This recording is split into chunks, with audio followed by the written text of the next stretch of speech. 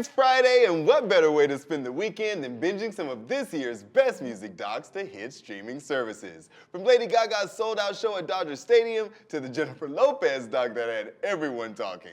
We're running down some of the best music documentaries to watch this weekend. It's Tetris Kelly hanging out with Lindsay Havens. Hey, girl. How's it going? It's going really good. We got a lot to get through, and we're going to kick it off with a new release. Cyndi Lauper has a new film on Paramount Plus called Cyndi Lauper, Let the Canary Sing. The doc chronicles her meteoric rise to stardom and her profound impact on generations through her music, ever-evolving punk style, unwavering feminism, and tireless advocacy. You don't know where you came from. You don't know where you're going. But if you're doing what you love, magic. Lindsay, I feel like so many people have documentaries, but it's rare that we have a legend that is so candid. Right, that's one of the things that I'm so excited for with this is that we all know the hits, girls just want to have fun, obviously, but I don't think many people really know the entire story behind her, and so this is an opportunity to maybe catch up a little bit. And I feel like she has everybody in this documentary getting excited for it too. I was like, Patti LaBelle? Yeah, Oh Boy God. George. I think that there's a lot of voices in here that we're probably really excited to talk about, Cyndi, which is another thing too. When you're watching a doc, is you don't ever want to feel like you're watching someone who was forced to be there or like begged to be there on the artist's behalf. And it seems like, you know, a lot of people were very eager to contribute here. Okay, well, we can't wait to check it out. You can watch Let the Canary Sing now on Paramount Plus. Click the link on your screen to sign up. And to somebody we both love, country star Laney Wilson is everywhere these days, including on Hulu, thanks to the release of her doc, Laney Wilson, Bell Bottom Country. In the film, we follow the country music sensation's rise from a humble small town to sold-out arenas. Take a look. I remember sitting out in this camper trailer, crying my eyes out, thinking, is it ever gonna happen? But Mom and Daddy didn't raise no quitter. How amazing is Laney Wilson? Like you said, we both love her. We all love her here. I think we've had the opportunity to talk to her a bunch given the success she's had and to get that behind the scenes look and hear how long the journey's been going on for her is really cool. And I think for me, what's so great about her is she's so real. And like, Yeah.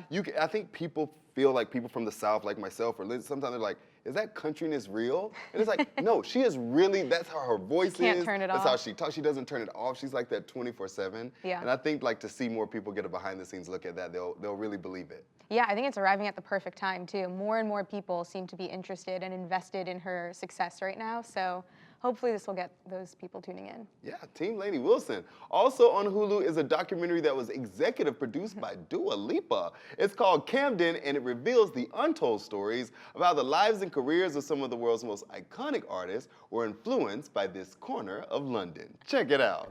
It's this place of radical acceptance. Seeing that makes you believe in yourself. This is really my home. We were celebrating women's lib, gay lib, black power through our music. It all happened in Camden. It was, for me, life-changing. Well, Lindsay, I feel like I need a geography lesson. Is that the right word, geography? Because Yeah.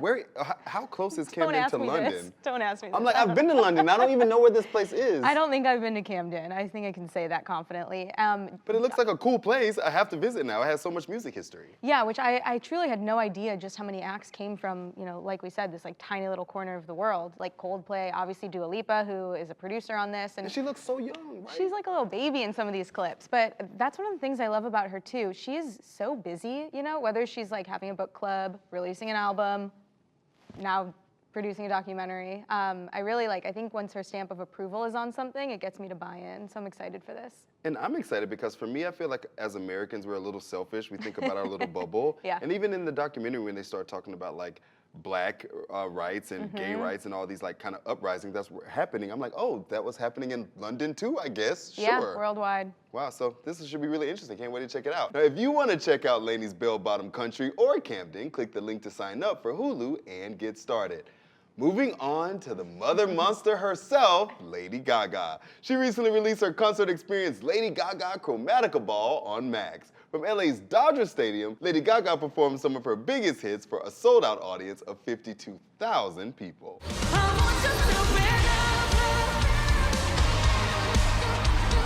Did you go to that show? I did not, did you? Oh my God, I had the biggest FOMO of all time. I feel like I miss every major concert experience, and this was one that really has bothered me. Yeah, because it was one of the ones that we know, like, everybody's tweeting about, everybody's posting from there. You're like, how am I not at the show? And I think Lady Gaga has teased her fans because I feel like the Monsters knew this was coming. Oh yeah, yeah. I think even as it was happening, people were tweeting that, you know, they saw the cameras there and that something was coming.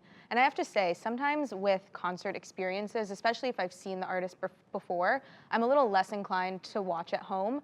But for something like this, I have not seen Lady Gaga many times in my life. I obviously was not at this show, and I wish I was. So I want to recreate this experience as much as I can at home. I'm so excited. Well, I mean, now I want to ask you, how do you feel about concert films in general? Because for me, it's like sometimes I'm like, does that take away from the specialness of like going to a show when you can literally see the Eras Tour in theaters? Yeah. But are you still gonna go pay $700 to watch it in person? I would pay that much to watch your cameo in it. But like I said, it's so situational for me. I mean, I love going to live music because I'm in a room filled with people enjoying live music. Agreed. And sometimes when I've watched the concert at home, that doesn't translate as much. It actually just makes me wish I was there even more again. The FOMO. So I'm sure that will happen with this Lady Gaga one, but it's almost like I'm willing to experience FOMO just to see what the show was like, because I know with her the production is top tier. Obviously, it's rumored that she's recording again right now. So I think that this will get me a little bit amped up for that. Okay, now I'm already pre-planning a wine date, popcorn. There We're we gonna go. watch this together. It's gonna be Yes. great.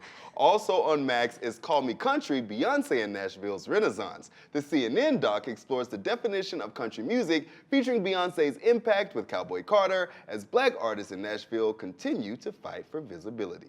Beyonce is the greatest entertainer of her generation. The global reach of this person. I'm sure there's aliens who are like, you heard the new Beyonce? Now, what's interesting about this for me is that Beyonce is the kind of person that always tells her own story. Right. She creates her visuals. She doesn't do PR unless she's heavily involved in it, interviews. So for CNN to do a documentary about Beyonce's story in country and Black artists, I think is very interesting. And I wonder, like, did they even call Parkwood? They had to have.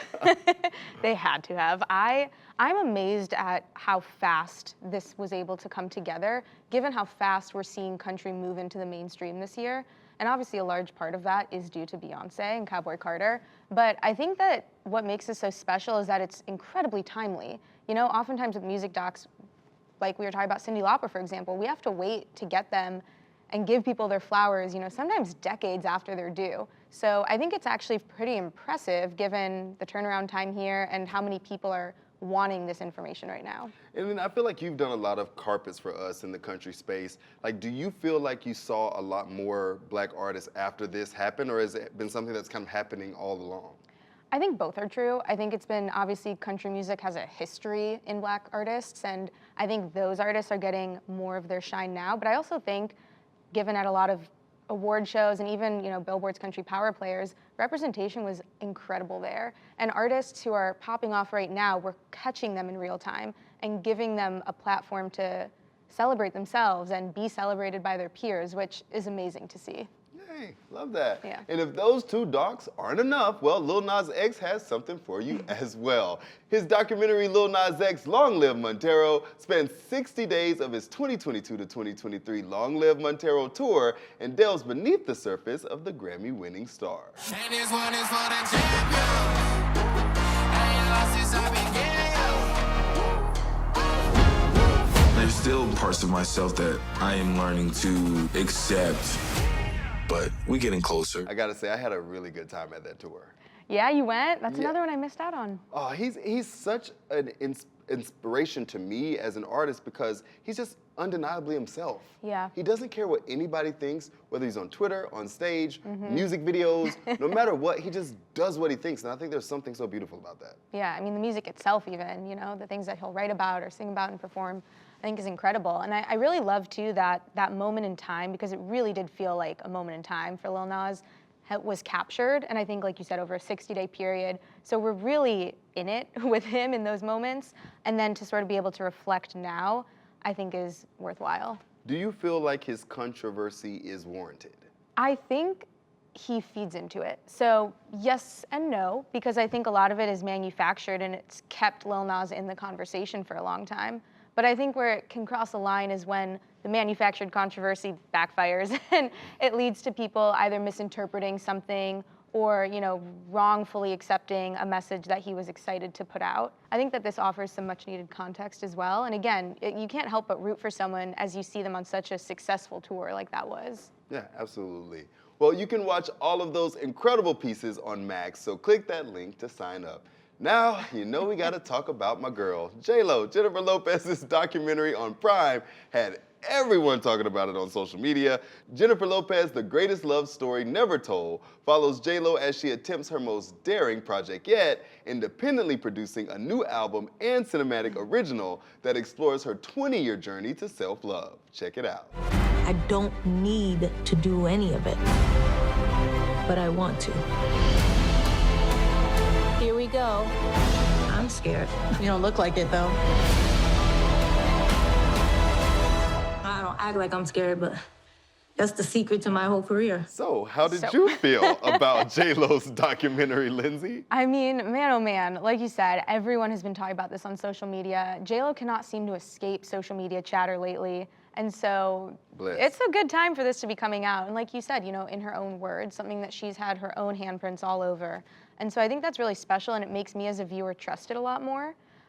Or some people might be more skeptical because sometimes when you're, overseeing your own work, you might not let other people point out flaws or put holes in it. So I think it's good to be cautious of both perspectives there. Well, see, with me, what I think I enjoyed the most about J-Lo's story, and especially with this documentary, is how much she believes in it. I think if you believe in yourself that much and you believe you want to accomplish something, and you're getting these no's. That's what she said at the premiere. She was like, everybody was telling me, no, I don't want to produce this. And I said, okay, well, you know what? I'm going to put my own money in it. I'm going to get this done. I think that's beautiful. And I actually think she was candid in the documentary. At one point, she literally said, like, nobody's asking for new J-Lo music. That was my favorite quote. But like for someone that famous to like be that like clued into like, I don't think people are asking for this, but I want to give it to my fans, I think it's kind of great. Yeah, the self-awareness is there, which is key. And I think to your point, you're right. Sometimes it takes seeing someone else, especially of her stature, believe in themselves. We hear artists talk all the time about like you need to be a little bit delusional in this industry. And I think in this case, we're seeing it benefit her. Yeah, go J-Lo. Now you can see what everyone was talking about by clicking the link on the screen to sign up for Prime right now. But that's all we got for you today. Lots of great options to watch this weekend, so go check it out and we'll go watch Chromatica. Yes, we have a date now. All right, see you guys next time.